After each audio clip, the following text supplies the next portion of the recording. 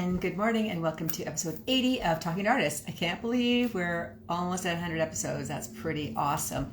So Talking to Artists, for those of you who don't know, is a casual conversation with artists, art galleries, people that are involved in the art business, just to kind of share some of the knowledge and what goes on to actually creating a full-time business as an artist, but also to understand a little bit about what goes on behind the curtains to make all those beautiful things that grace your walls.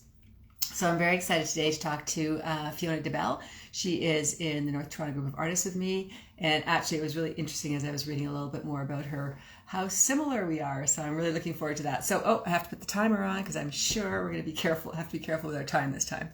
All right, let me just go right on and bring on Fiona. Our chat. And thank you for everybody who came out to the open house at Art Alchemy. It was so fabulous to see it up and running and live. Hello. Hello. How are you?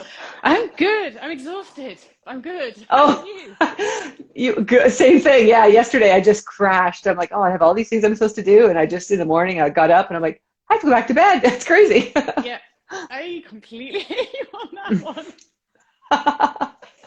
Well, and you had an open house as well this past weekend, right? I did. Well, I moved house and then I decided to use the old house as a gallery, which actually was fantastic. Because we've got a crossover until the end of the month. But I just set up my old space, the actual whole ground floor of the house as a pure gallery, no furniture, just great lighting, everything on the walls. And I was like, this looks amazing. What an awesome idea. Yeah. Are you staying in the neighborhood? Are you still part of the North Toronto? Yeah. Oh, yeah. We're just over on Ranelagh Avenue now. So I'm standing in my new gallery space because my new place has a dedicated gallery just at the front of the house, which is perfect for clients to come in and see and not disrupt the household. So perfect. Oh, that's wonderful. Yeah, that's a perfect option. Yeah. So I thought it was so interesting. Obviously I've seen your work and I've talked to you at art shows and things, but I guess I hadn't actually really dug deeply into kind of your motivation. I thought it was kind of hilarious because we're both like, it's all about joy. It's about getting that visceral relationship. It's about working flat and not having this pre-described idea of what's up and what's down. Yeah. Working with the negative space, I just thought was really kind of fascinating. Yeah, and I feel the same way because I look at you and we're both like, I'm market, and you market. And it's all about having that conversation with your clients, your potential clients. And I think that's something that both of us really work hard to achieve and have a back and forth. Mm-hmm. And also, we want our clients to love what we do, but at the same time, we do what we do because that's what magic comes out of our fingers. Well, that's what we love, right? Like I always say that too. Like I try not to paint if I'm not really feeling joyful because I do think that energy comes through in the work and in the flow. And I don't know, those ones where you kind of, it's not happening, it feels tight. It's just, they never seem to work. You know? And that's why you do, like you say yesterday, like you absolutely exhausted yesterday and you crashed. And I did the same yesterday, actually. I completely crashed because I had the weekend. We just moved house. We were supposed to be flying to the UK today. Yeah, I heard. So yeah. It was like boom, boom, boom, boom. If I tried to paint anything yesterday, it would have been a misery. Yeah. Well, it's funny because I did try that. I had a couple of weeks where I was really feeling kind of low. And so I thought, well, I'm going to do like a lot of artists do. I'm just going to paint out my angst as opposed to paint out the joy, right? So I started with these black pieces. And by the end of it, I'm like, oh, the joy seemed to creep in, like in the process of doing it. So they're really not very angst worthy. It's true. It's interesting. And I think like whenever I do a show, whenever I'm like talking to clients, one of the things they say to us, oh, what's your inspiration? Or how does it happen? And for me, a lot of the time, you have to be in the mood to do it, but it's also entirely based on what I'm listening to and what colors I pick up and where my hands lead to. It's very often about that. I don't know, what do you listen to when you paint? I'm terrible because I actually, I've tried to listen to podcasts, but once I get kind of into the zone, I just don't really hear anything. So I'll be really excited to listen to a podcast. I'll put it on there, realize, oh, it's over, and I don't remember anything about it.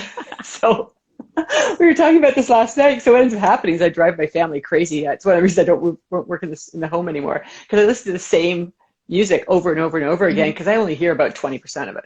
Yeah, so at it's the the ones that beginning. are kind of the little what is it they call it, the The earworms earworms. that kind of Yeah. stick with you. Yeah, it's funny. And Yeah. I mean, again, I don't know about you, but I found certainly through the last 12-18 months with COVID, even my color choices were completely dependent on my mood, what was creating. So at the beginning, it was all very serene, very calm. And then when we came out of lockdown earlier this year, I was like, Woo! color, everything's like bright. Like literally, I was like, every color on the rainbow is coming into my Yeah. artwork.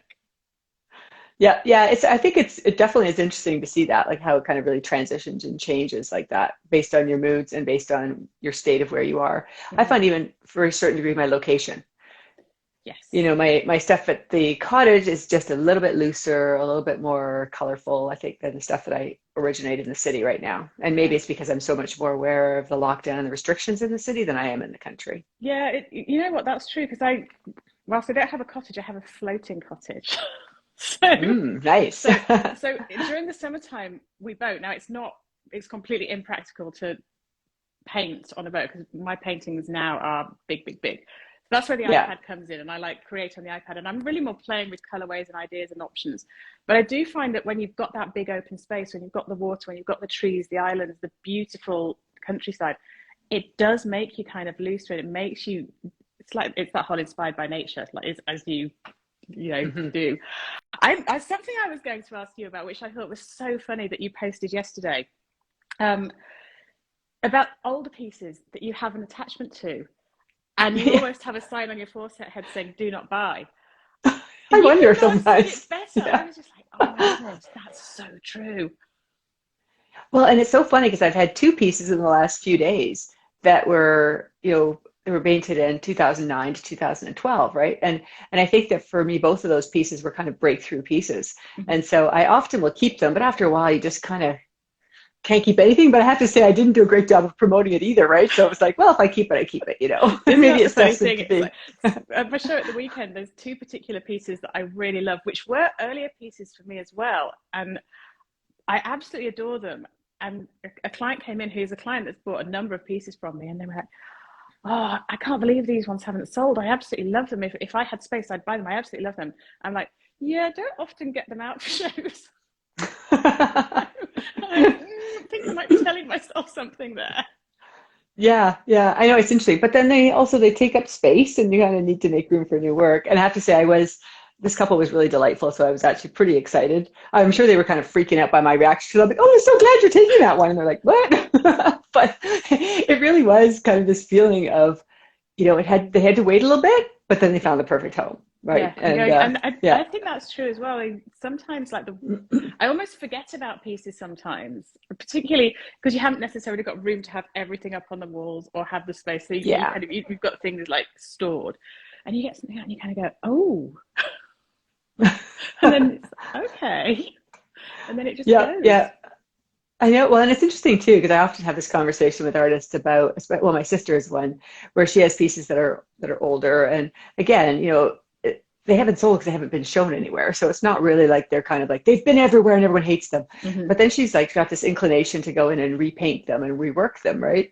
Which Yeah. I mean, I think sometimes I guess it's up to the artist that can make the work improvement. But I think, invariably the universe that then kind of has someone says, "Oh yes, I'd like to buy that old piece," and you're like, "I just changed it." Like how often does that That's happen happened to me too? 3 times in the last 2 years. Three Yeah. times I've gone, okay, I am sorry, the Amazon man's just decided to ring the doorbell. Thank you.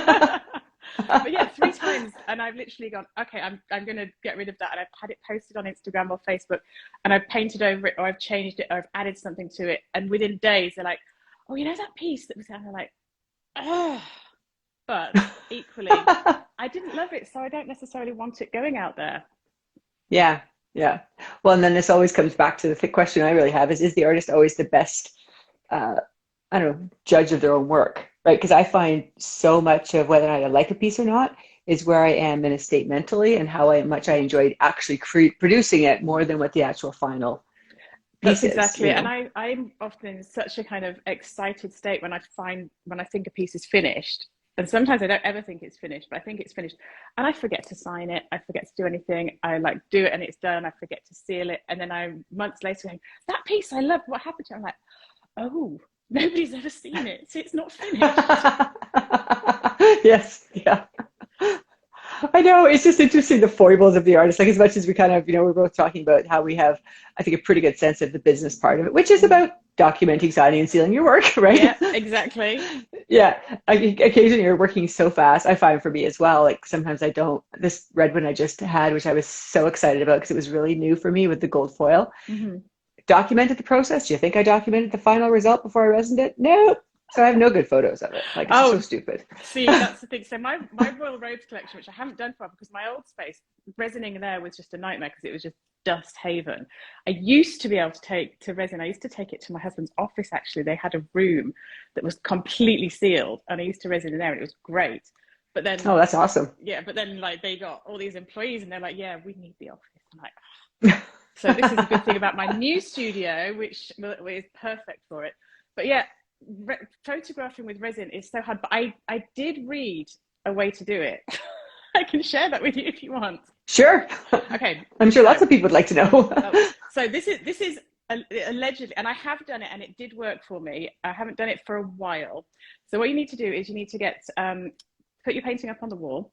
Obviously, get your lighting all good and everything else, and you need 2 lights. So whether rather than a ring light, because they reflect, you're actually better off with the box lights, or you can put, even if it's a ring light, you can put a white shower curtain over the top of them to give it that diffuse light. Now you need to have it either side of the painting. So like if I was doing this painting, one this side, and they have to be exact, and you have to be able to hold a pencil up and it doesn't throw a shadow.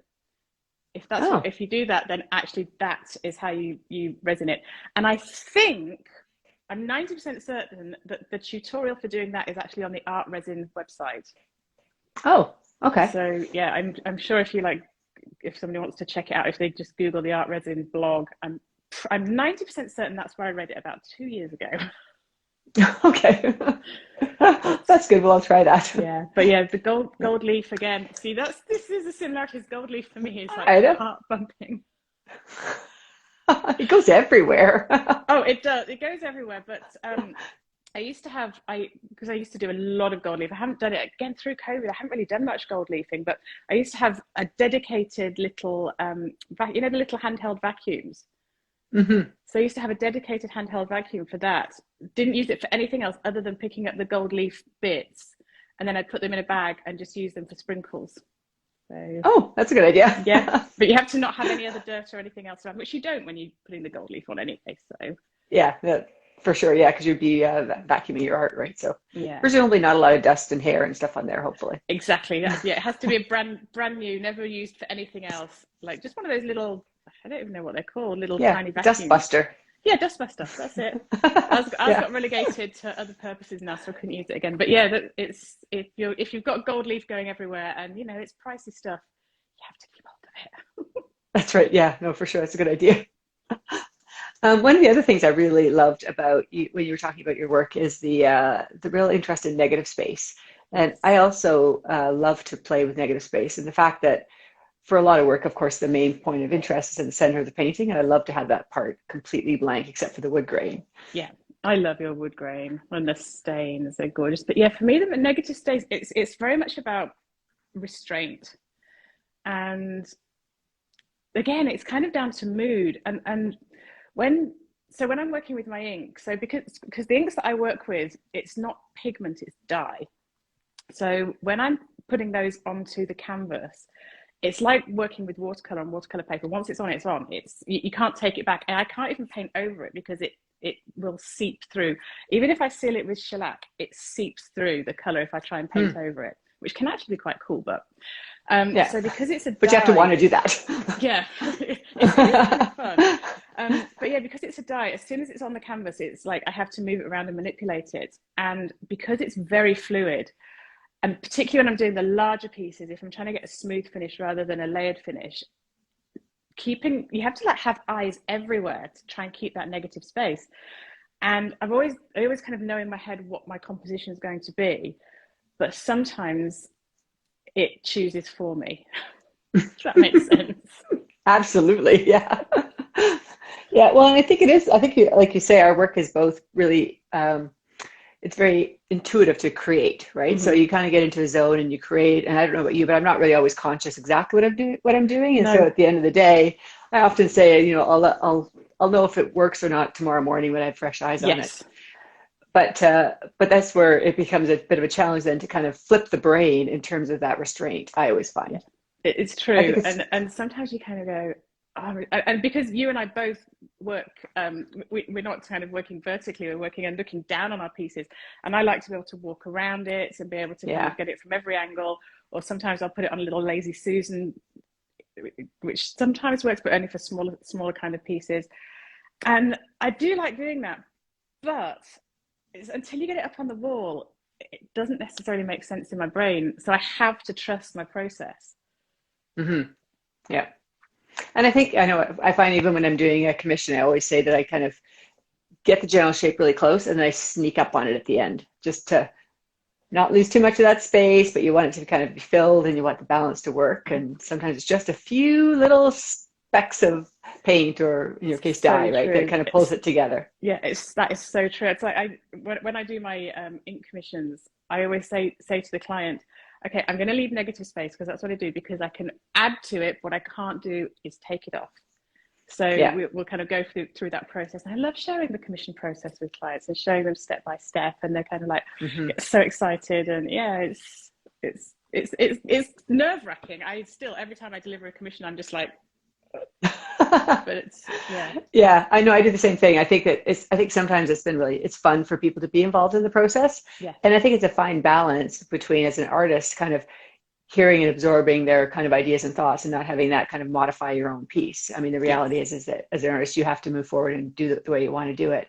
Right. Yeah. But I think it's an interesting to kind of just bring in all these other ideas and thoughts and colors or whatever. And then that kind of informs the final piece.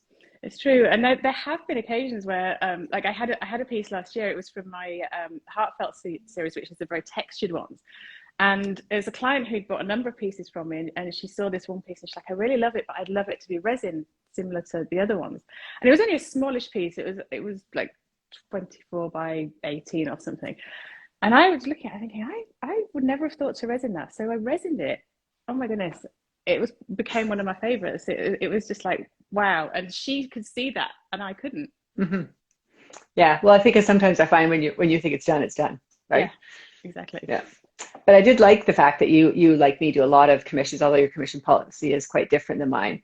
And I love I love talking to artists who have a really good business sense of their art and how to really make it work. And I thought that the financing part was really interesting. Do you want to talk about kind of how well that works for you, or why you decided to do that? Well, let's just say it doesn't. I offer it, but nobody's ever taken me up on it. So really? It's such a great idea. Yeah, it's on the page. It's there. It's available. But nobody has ever actually taken me up on it. So I can't answer that question. Why do you think that is, though? So I mean, I guess the deal is I don't ever really push it. Yeah. It's not something that's kind of really come up. I did speak with a company, like there's a business company that they were like, that's actually how they came to me. So this is the other thing. Just because you offer it and people don't take it up doesn't mean that it's not working for you, because I've had inquiries that have come because I offer that, where they've just turned into sales. Right, just because they want the piece immediately. They don't want to wait 12 months or whatever it is. Exactly, or they don't want to do it on like a lease basis. But yeah, I couldn't tell you the exact numbers off the top of my head, but if you on my website, it just details exactly how that works. So people want to lease it, and then they can purchase it down the line over so many months.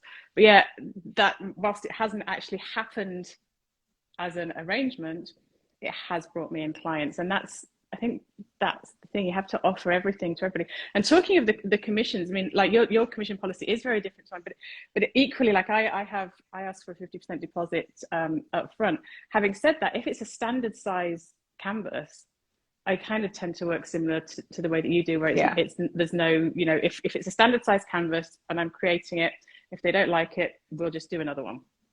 Yeah. Yeah, me too. And I would be the reverse. Like, if I'm doing something that's a really unusual size, it's going to be more difficult to kind of resell it for other people to understand. Then, yeah, probably a deposit makes a lot of sense, right? Yeah, because they've got a bit more skin in the game. Wood prices have gone up substantially. Canvases are more expensive. I know. Well, and I'm having a really hard time getting the wood, even getting it, and getting it with clean wood grain is kind of a real Yeah, challenge. getting So, clean wood grain that hasn't got patches for you is super important. Like for me, if it's got yeah. patches, if I'm doing a textured piece, it doesn't matter. But yeah, I guess when you pick them up, you have to really go through and make sure the grain is. Yes, which sometimes is, yeah, it's just really hard right now. So I've got pieces that are kind of like people, of course, the first question after they've got, I'm so excited, I want to do the commission. When do you think I'm going to see it? I'm like, I have no clue yet. Let me get back to you about my wood. Yeah, it's like even for framing, for frames, it's taking months and months. Well, I think my last frame order took 7 weeks, but Hmm.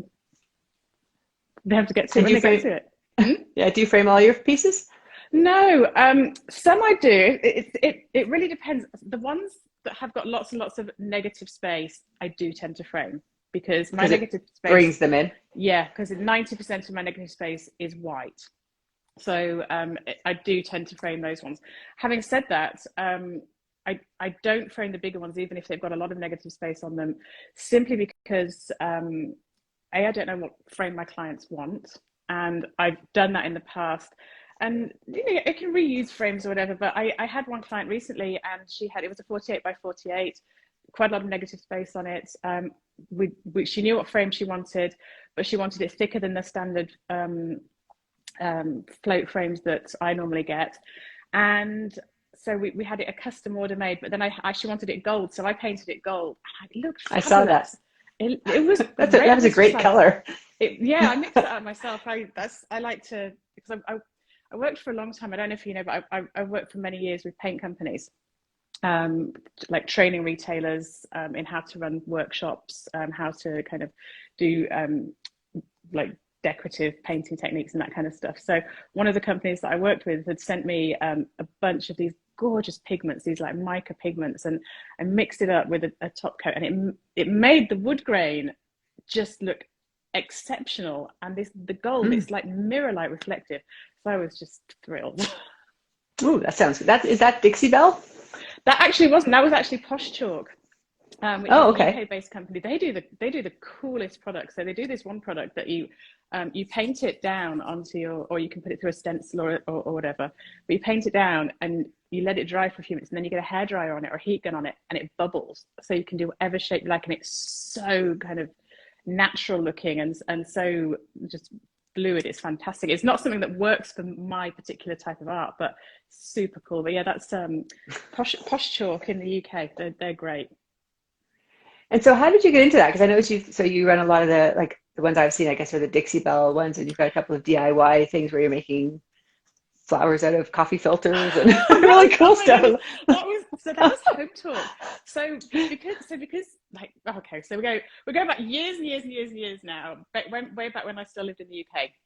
And back then, I was doing an awful lot of decorative painting, and there was lots of people really into like painted furniture and kind of the French style and the shabby chic and all of that kind of stuff. And I was doing a lot of that. My cottage that I lived in was so old. There wasn't a square room in the place. Everything was completely, all over, and the walls were so thick. And so you couldn't really get modern furniture for that place. So I'd go out and I'd upcycle. The kids were really young, and I'd upcycle stuff. And at that point, there wasn't really much happening on Facebook. YouTube was there was definitely no TikTok and no Instagram. Hmm. And I started just kind of networking, and I started teaching people how to refinish furniture.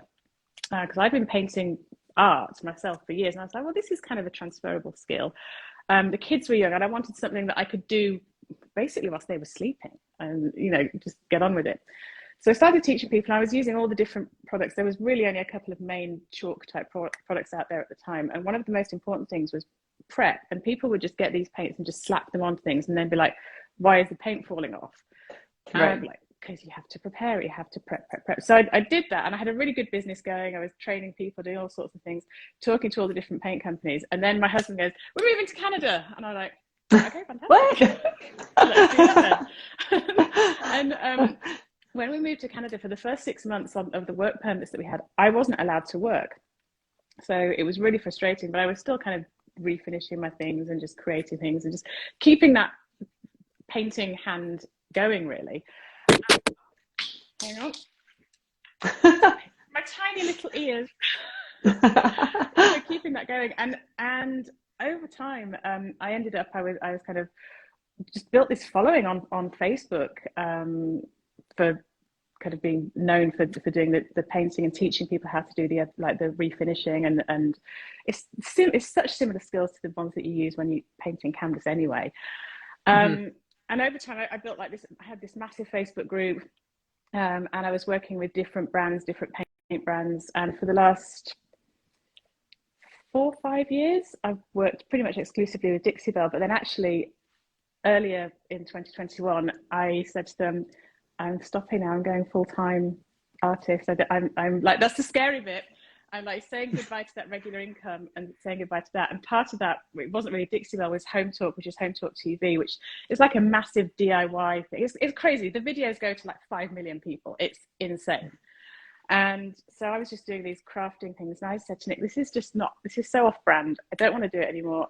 It's like, I love doing it. It's fun. It's great, but it's way off brand for me. And I need to concentrate on my business. And I think that's the thing for me, stepping away from it was a regular paycheck, but stepping away from that and just concentrating all of my efforts on my business, it pays off. I'm not building somebody else's business now, I'm building my business, and I'm sharing my art with the clients. I'm able to concentrate more on my marketing, be strategic about it, decide what I want to do. Like, for example, I've always kind of not wanted to do any of the outdoor shows other than like the local ones kind of from home. And that's something that I'll reassess in January, whether I want to do those this year. I don't know whether I will or not. I don't tend We don't know if it'll happen or not. Yeah, well, exactly. And I don't tend to apply for many things either. I just kind of, my business has been built pretty much just with me marketing, not being afraid to shout, I suppose.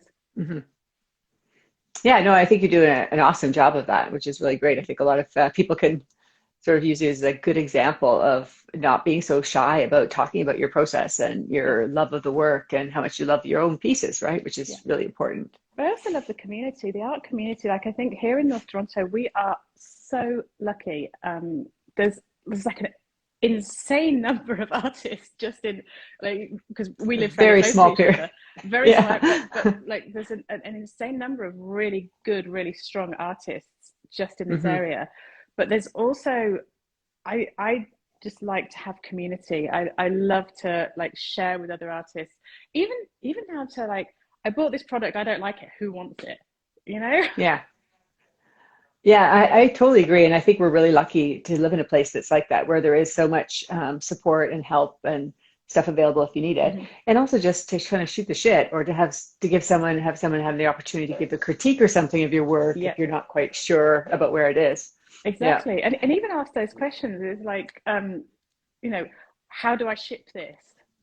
What do I need to do for this? How do I find this? But also, I think the other side, the flip side of having such a fantastic artist community, is that we have an absolutely incredible community of collectors who come to our neighborhood, who live within our neighborhood, who support the arts. And that doesn't necessarily mean that they're buying, although a lot of them do buy and they're incredibly supportive. But they talk about us, they share us, they tell their friends about us, they'll share our posts. And for me, I find that it's really heartwarming that just, you know, my neighbors or somebody that I met when I was walking my dog is supporting my art journey and the art journey of all the artists in the neighborhood. I think it's fabulous. Well, I think it brings up another good point too, is I hear a lot of times people kind of go, well, I don't want to do the outdoor shows because they're kind of like crafty and low price points and stuff. And it's like, and that just isn't true. Like, certainly with the North Toronto one, people buy big pieces of art, and they come prepared to buy big pieces of art, and they want to meet the artist and have that whole process. But it isn't just that they're there like, oh, you don't have anything for $25, I'm not interested. Like, that's not what happens. You know, certainly in Toronto. And you know, the North Toronto shows, the 2 shows a year that they do, for me, they are the best shows ever. I sell big pieces of art. The show that they did in September for me was, well, I didn't think I could beat the show that we had earlier in the year, but it did. And it's not just about what you sell on the day either. It's about what you sell afterwards and the relationships that you make and the contacts that you make. And somebody might have bought something from you a year ago or seen your website or come to see the show but not bought anything, and then they'll come back and like, we saw this, oh, it's sold, can we do a commission, can we do this, can you bring some pieces to the house to have so we can have a look at them in situ. And that's something I'm always happy to do, is as long as it's not like a 2-hour drive away, I'm really happy to take pieces to a client's house for them to try in situ, because I think you need that. And I'll take them, leave them there for a couple of weeks, see how it looks in different lights, how they love it, how they don't. Sometimes they love it, sometimes they don't. Sometimes, and I always say to them, because people, I don't know about you, but I find that people sometimes worry about what other people will think of their art choices. Absolutely. So they want other people to come and vet it. Exactly. So I always say something like, you need to buy with your heart, not your ears. Mm-hmm. And buy, again, they're like, oh, I need something to match my cushions or my pillows. I'm like, buy with your heart. If it speaks to you and it's still speaking to you the next day and the next day, you can change the pillows. Yeah. Well, and I always think too that I think people have kind of an internal color palette. So chances are pretty high that they love the pillows, and it's also the colors are already in your art anyway. That's true. Right? So it's not a big compromise to match the pillows, because I don't know how many times I go, it's like, oh, my pillows are teal. And I'm like, well, yeah, I use teal all the time. So yes, there's no compromise there. Yeah, and you find, and again, you do the art shows. I haven't really done any of the public ones. But I know that when I'm working in retail, whenever I'm working, even when we're doing just the smaller shows, if somebody walked into my show right now and they were wearing that color pink, I guarantee you they're walking away with a pink painting. If they're wearing blue, they're getting a blue painting. It doesn't matter. It's just totally true. And actually in a retail, like not just art, but if you go into retail, you'll see the same thing happen. Well, it makes sense, right? Like for me, do I ever look at beige? No, I don't like that color. It doesn't talk to me. I have none of it in my house. So, there's nothing that you can do, no matter how gorgeous the suit might be. I'm not buying a beige suit. Exactly. Right? I'm much more likely to buy a bright pink suit. Exactly. So, no, I think that makes good sense. And I think the other thing too is it's important for people and artists to realize too that all those relationships are so critical in building your business and building those future sales. It's one of the reasons that I like to do those outdoor shows, and they really sustained me through COVID, because a lot of those people had seen me for so many years and didn't quite have the time or the energy to kind of pull the trigger until, they're sitting there looking at their empty walls. Yeah. But I think it's valuable to do that. Yeah. Yeah. So tell me why I should do the public outdoor shows, because this is my very bad business sense reasoning. This is why I don't do it, because they're in the summer and I want to be on my boat. I think that's legitimate. Well, it's like me, like I like to be at the cottage, right? Yeah. So I think part of it is, and it's different for different people. Like I don't love the schlepping, for sure. That's a pain in the ass. I love the community. I love the whole process of being there with other artists and seeing people. And I think it's an opportunity to meet new people that you probably wouldn't necessarily run into with the current marketing you're doing. Mm-hmm. It's one of the reasons I do the One of a Kind and the Artist Project, like both really different target markets. You get to hit more people. And I think that ultimately allows you to kind of grow your business. But one of the main reasons I do it is because it's fun, because my friends are there. That's me. Well. That does sound good. That does sound good. And I don't really, there's no logical reason for me resisting it. It's every January I revisit it and I go, shall I apply for anything this year? And I haven't as yet. I am going to apply for the Artist Project this year. I haven't, they probably won't accept me, but it's worth a go. It's like, you never know. Yeah, exactly. Never know. Yeah, or maybe you do a show in Kingston and you take your boat to Kingston, you put it in the harbor, and you can kill two birds with one stone. That's a good idea. It only takes about 7 days to take the boat down to Kingston. Right. Well, there's shows up in Georgian Bay, I'm sure. No, that's a really good idea. I agree. I think it is a balance, but I think that it's for me, I felt that I love being at the cottage for sure. But it's also kind of nice to just get out of your comfort zone a bit, give your head a shake. Yeah. Meet people. Yeah. I think I find that's worth it. Okay. So I need to have a conversation with myself. Yes, that's right. Slap my wrist and say, Fiona, stop being such a stick in the mud. Well, some of them are in September too. So chances are if you're back into kind of more of a normal conventional lifestyle anyway, that's a little bit less disruptive. And It's true. there's a bunch of that. You know, I do the same thing. There's a bunch that are like all the July 1st, like all the long weekends, and I'm like, I'm just not willing to give that up for my family, so I just don't do those ones. So the one of a kind show, you like was that 11 days? Yeah. So exhausting. It is, yeah. I mean, I think that was really exhausting because we're just so not used to the energy of so many people because, you know, I've been so isolated for so long. Other than that, I would just find it's like, you know, if you've worked for a living, you go to work and you have 11 days that are hard days. And that's just the way it is. You know, it's not so incredibly different. Yeah, amazing to actually see and be with people in that, because the One of a Kind show is fantastic. It really is. I didn't make it because we were moving house. I normally go every year, but yeah, I bet it was just brilliant to just kind of be in the atmosphere. And you said that the organizers were super safe with all the COVID regs. Oh yeah, really, really good with that. And time to entry meant that it was kind of a nice flow of people, which was really nice because you could really talk to people. Again, that whole point of having conversations and building those relationships and creating authentic connections is really critical. So that part was really good. And, you know, as much as I try and do the best I can to photograph my work, it just never shows as well digitally as it does in real life. I don't know how many people were like, oh my God, I love your work. But I didn't realize it had wood grain. And I'm like, that's kind of a critical point in my work, you know? Yes. That's so true. And that's one of my big frustrations, actually. And I think, again, because we use negative space so much, it never shows as well in a photograph. Because you have to contextualize it, and just because mine is like, my ink work is super flat and you can't see the melding until you get really close to it. And that's a big frustration of mine, is that the photo and the bigger you go, the less of that detail you get, right, on a little tiny screen. So I don't know, that's one of the reasons I kind of like to do those. So I love your little treasures, they're gorgeous as well. Yeah, they were fun. They're my they're just kind of fun just to do. I don't know, they're a little bit of my therapy, you know. You kind of play through. But it was interesting too because I was doing some of the little treasures, and I was kind of just playing for a bit. And I did look at a couple of those sometimes and think, oh, I think that really will translate into a larger piece. And so sometimes it does, sometimes it doesn't. Because I moved away from doing smaller pieces during COVID. But I was going through my studio, because when I do a commission, if we're kind of trying to figure out, especially if it's a really big piece, like the one behind me is 72 by 48, and I do quite a lot of that size commission. But oftentimes we're kind of trying to choose colors or whatever. So I'll end up with a whole load of 16 by 20 pieces that we've been working on different colorways or different styles of the application.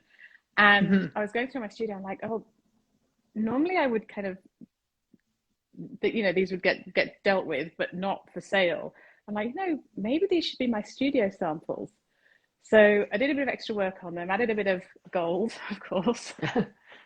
And when in doubt, add sparkle. At the weekend, the studio samples, they were a really good hit. And I'm like, okay, this is interesting to me, because that was a whole process. And it's not because they're on like the thin profile canvases, which I never use. And I was like, okay, this is interesting. And the clients loved the process of how they were created. And for me, that is therapy for me, because when I'm doing those commissions and I'm getting a bit like, ooh, and I, you know, do those kind of like smaller pieces, and then we'll put them in a mock-up of their room so they can see how they'll look. And then I'm left with maybe 6 or 7 of these smaller pieces. And I'm like, okay, the decent ones, I can now turn into some actual art for somebody else to love. Yeah. Well, and I think the other thing too is I've sort of realized, you know, there's a friend of mine who owns a gallery in Prince Edward County, and he calls my little treasures my gateway drugs, because, you know, there are people that can't really afford a big one yet. So they buy a little one and they look at it and they love it, and they often will come back later. Yeah. So, I love you know, that. I think that there's the reality is there's some people that truly don't have the money for a 72 by 48, or they don't have the space. So it is nice to be able to, again, bring those people on into your kind of community. Yeah. And that's the other thing. I like to, when I've got clients or people that maybe would like to become clients or people that just like my art and maybe never intend on buying it, but they like it. That's where I like to use my email list and my website to reward them.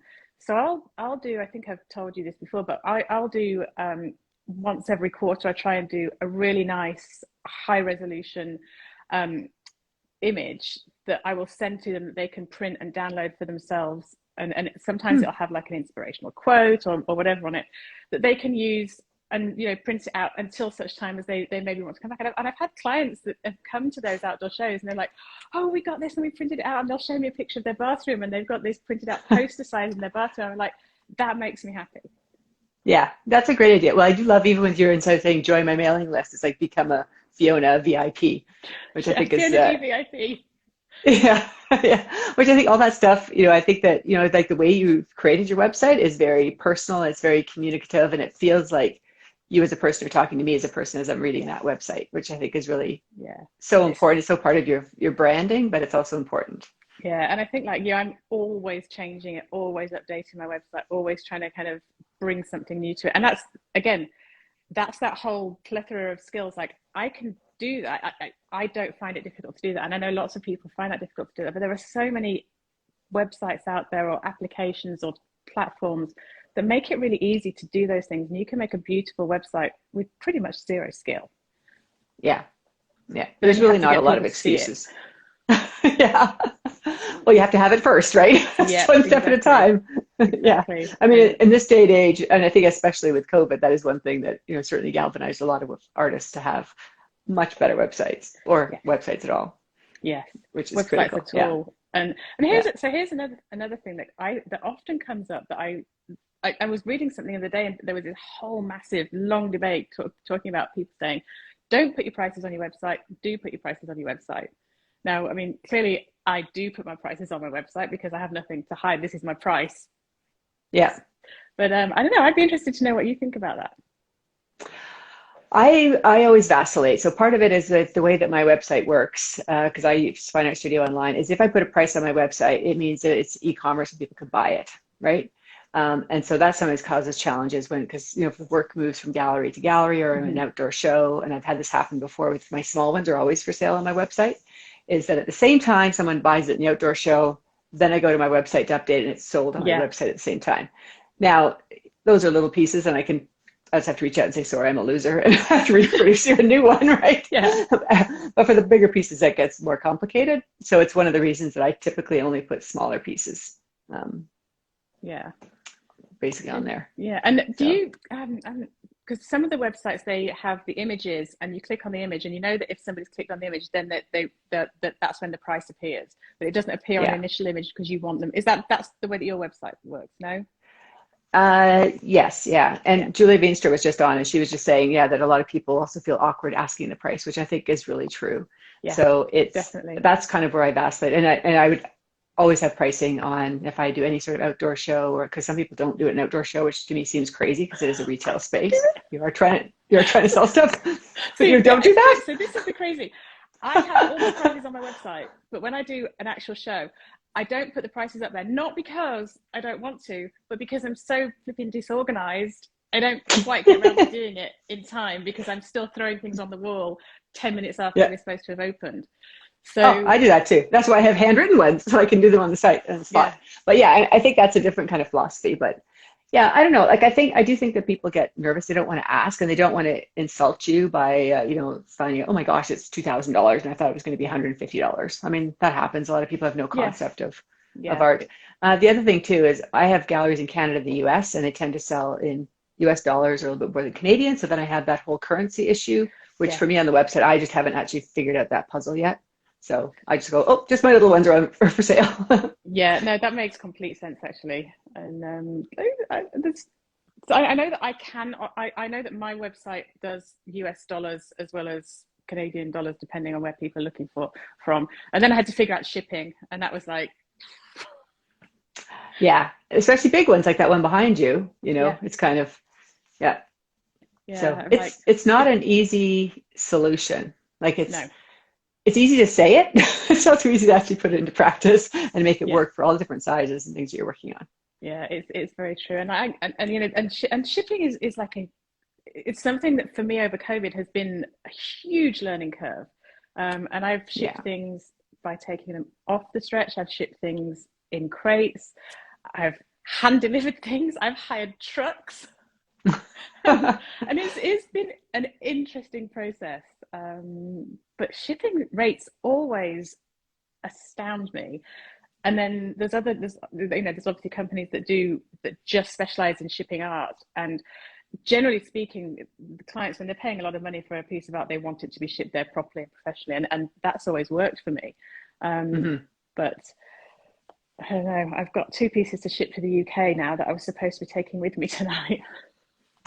Oh And they were no. supposed to be having them for Christmas, so that's not happening. That's too bad. Oh well. Well, I'm sure they understand. Yeah, well, and Yeah, of course, my I stuff haven't I can't actually take. told them yet. I've had people buy my stuff, and they're like, "Yeah, but if you could just take it off the stretcher and just roll it, that'd be great." And I'm like, "It's wood panel. It doesn't work that way." Which is interesting to me that you just bought something you really don't even know what the substrate is. Yeah, But that's fine. that is interesting. That's so funny. That's the thing with my Royal Robes and the heartfelt stuff, because that's always on the wood panels. But the canvas is great. The inks are great because they're so light that they weigh the same as the canvas did originally. Yeah, So they roll really well. But and they're not going to crack or split or things like no, that too. there's nothing on there that's going to have any damage, which is fantastic. So Yeah. yeah, there's somebody just said to you here, any recommendation of a company that ships art? Oh, Lisa Litowitz told me a great company the other day, and I can't remember the name of it. Well, I know there's a lot of professional ones like Pack Art and stuff like that, that they'll come and they'll ship in, package your stuff up. Yeah, I think I find that Frame It. Is it Frame It? Yeah, a They Freightcom yeah, also ships. Yeah, I think it's not. I don't think it's difficult to find a company that will ship your art. I think it's no, difficult to find a company that the costs are such that your client is willing to pay for it. yeah, exactly. Freightcom.com is another one. I often use FedEx because it's trackable and they do all the duty and the customs for stuff that's going Yeah, to the US. Because I've I've used had things FedEx a number stuck. of times, and Yeah, I've had things they stuck were at also the least customs. expensive. They often are if you have an account. So Yeah, get a you have to have FedEx an account. account. And also, what I do find is that the quote that they give you isn't necessarily the bill that comes 6 or 3 weeks later, when however long it is. Yeah. But Well, usually there or thereabouts. the other tip too is if you're sending stuff by crate, especially to the US, where you can't send it by ground, then if you call them, then you can get it's like what's it called? It's a last minute space saver type option. So Okay, they basically see if they have space on a shipment that's going, because usually that has to go by flight. And so you can kind of end up spending, $750 on shipping versus 3,000. So that's pretty cool. that's worth it. But your dimensions have to be exact. You can't guess. Yeah, okay, that would be my husband measuring, not me then. Yes. Well, I do that too. I thought, well, if I overestimate, it'll be fine, right? And she's like, no, you can't overestimate. It has to be within 10%. So, Okay. Oh, that's interesting because like, even on my website, when you have to do the shipping, I always, because you have for Google, for it to like work with their whatever. I don't quite understand, but I know that I figured it out about 6 months ago, to put the actual shipping rates on there, for them to actually be able to I don't know, whatever it is. You have to calculate put or the understand. dimensions and the weight. So I'm like kind of guessing at the weight, but the dimensions, I'm always adding like 3 or 4 inches on each side. Yeah. And that's not necessarily that good. Well, yeah, sometimes you end up eating some shipping costs, Yeah, right? which is fine if I'm and that's the other thing. It's always a fine balance because again, in this business, when you're working, you have to make sure that your margins are there, so it can allow you to have those kind of Yeah. little wobbles that don't quite work, and when things increase in price, or when you get it wrong, or when the clients, and I did have somebody come in the other day, and they were like, this is my budget, but I want that painting over there, which was 4 times their budget. I'm like, no, Yeah, this yeah. is I had that the too. value of my work. Yeah. It was like a 48 by 60 or something like that. And they're like, yeah, I'd really like that, but I'd like to pay $450 for it. And I'm like, honestly, I don't even think you can go to Winners and get a print that size for $450. So Exactly. big fat no. Exactly. And I think that's the thing that a lot of artists, that's why we have to be confident in our art, in our pricing, and in our understanding and knowledge of what we do, and be confident when we talk about it. Because I think if you're not confident when you talk about your art, or how you sell it, or people I sometimes feel that sometimes you hear artists talk and they're almost apologetic about the fact that they love what they do, and therefore they don't appreciate the value in it. So you have to be confident in the value of what you do, and your price is your price. And yet there might be a little bit of leeway here and there, but a third of it or a quarter of it, if people can get a deal, they love to get a deal, but the value is the value. Yeah, I agree. I agree. And I think there's other ways of sometimes getting around that so you're not devaluing your work. Like if there's multiples, then that kind of makes sense. Maybe you do absorb the shipping, or maybe you pay the tax on their behalf or something like that, which Yeah. kind of allows them to say, I'm not negotiating the price of my work because this is what it's worth, but I'll give you these add-ons or whatever. Yeah, and I that's think one is of my important. favorites is I'll absorb the tax. I'll pay the tax Yeah. on that, and that's great. So yeah, Yeah, so that's a 13% discount, right? Which is pretty exactly. substantial. Although Yeah. I do find I sometimes get clients that will kind of they know that a gallery takes 50%, so they're like, well, you should be able to give me a 50% discount, and I'm like, yeah, Yes. not Yes. gonna happen. Yes. I had that the other day, No. and this very nice gentleman said, "Oh, I've been working with the gallery, and because I've been setting up their website, and so I know how much commission they take. So you can give me that, and I'll just pay what the gallery would have paid you." I'm like, no. No. Well, my first question is, so tell me what you're going to do for me then, because the gallery shows my work, brings in new clients, does openings, manages all those clients, and Yeah. does a superimposing of their pieces in their art. Like, what are you going to do for me for that 50%? Exactly. Oh, you're going to hang it on your wall and maybe send me a really bad photograph of it? No, that doesn't So work. you've definitely heard that song that's going around the internet, all about it's worth that much because it takes me. Is that Yeah. the song? Yeah, exactly. Every time I hear that, I laugh my head off. And my daughter said, "Mum, how come you're listening to a TikTok song?" Like, she's like, they're trying to get me on TikTok, so I don't know. Yeah, I know. I keep looking at that too. Well, I think Julia's on this call too, and she's been doing some pretty great TikTok stuff. I just feel a little bit sometimes overwhelmed with, got to do my videos, and got to do my process on my Instagram. My Facebook, I'm not so good at. Instagram's probably my easiest one. Yeah, I think you have to pick your poison. Yeah, well, I think you have to just be careful you don't end up doing a lot of stuff really not very well. I think that's what I'm afraid of. So they become kind of like, oh, I could probably put together a shitty TikTok video. I'm not sure I can put together something that's going to be worth the time. And also, it takes so much time, and yeah, that's why I think it's really important to kind of I try and sit down with myself once a month and go, okay, I spent this much time doing this, that, and the other. What was where did I best spend that time? What is going to be the best for this business? What is going to be the best to allow me to be creative and to create this art? And what's going to actually be best for my family and the whole balance of that? And like the last 2 months have been all about moving house. So, right. But then last Wednesday, I was like, I need to paint. And I was in the empty house. I took all my stuff. I used the kitchen island and I just painted all day. It was fabulous. Oh, that's wonderful. Yeah. It's great when you don't have any other obligations too. Like you can just kind of go in there and get into the zone and really enjoy it. Yeah. Exactly. Cool. Well, believe it or not, well, actually not really surprising because I'm sure we could talk for another hour and a half, but we're almost out of time. So I know, crazy, huh? I always like to end my video or my interviews with, if money, time, and anything were no option, what would your big hairy ass goal be? Oh, so I don't need to worry about selling anything. Nope. It's just something you really want to do. Okay, so that'd be me on my Caribbean island giant studio with massive glass walls where I can paint the biggest paintings ever, like on the floor. They'd be Rothko size. And I'd just be painting them and happy, and I'd just be like hanging them everywhere because I'd have, I don't know, between the palm trees. Right. Or maybe you just have like some office manager just come take it away and deal with the selling of it. Exactly. And shipping of it. Deal with it. Go and Someone else can pack it. Go and sit in the gallery. Go and do this. That's what I would do. I'd like, or a warehouse where I can have like I would just love to make the biggest painting I could possibly make. Yeah. That would be a huge thing for me. I don't know. That would be really fun. Yeah, no, I always loved.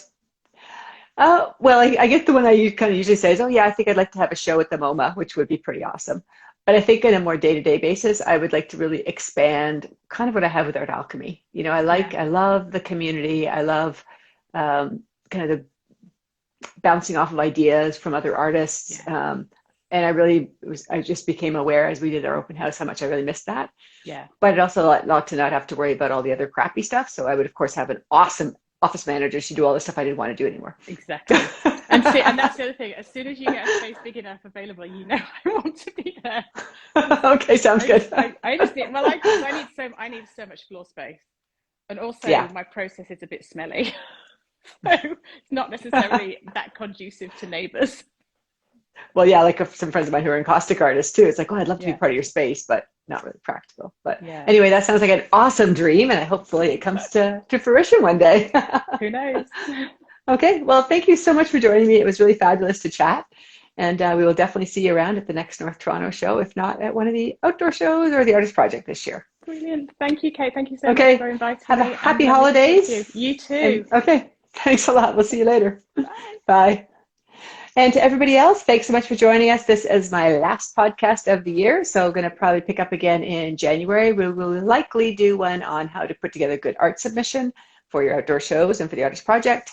And I'm also going to be talking to a new artist who is just in the point of trying to make that transition between giving up her full-time job, becoming a full-time artist. And so this will be much more interactive kind of Q&A. So looking forward to that. Have a fabulous holiday. Hope everyone's healthy and well. And we will talk to you next year. Bye. Bye, Fiona. Bye.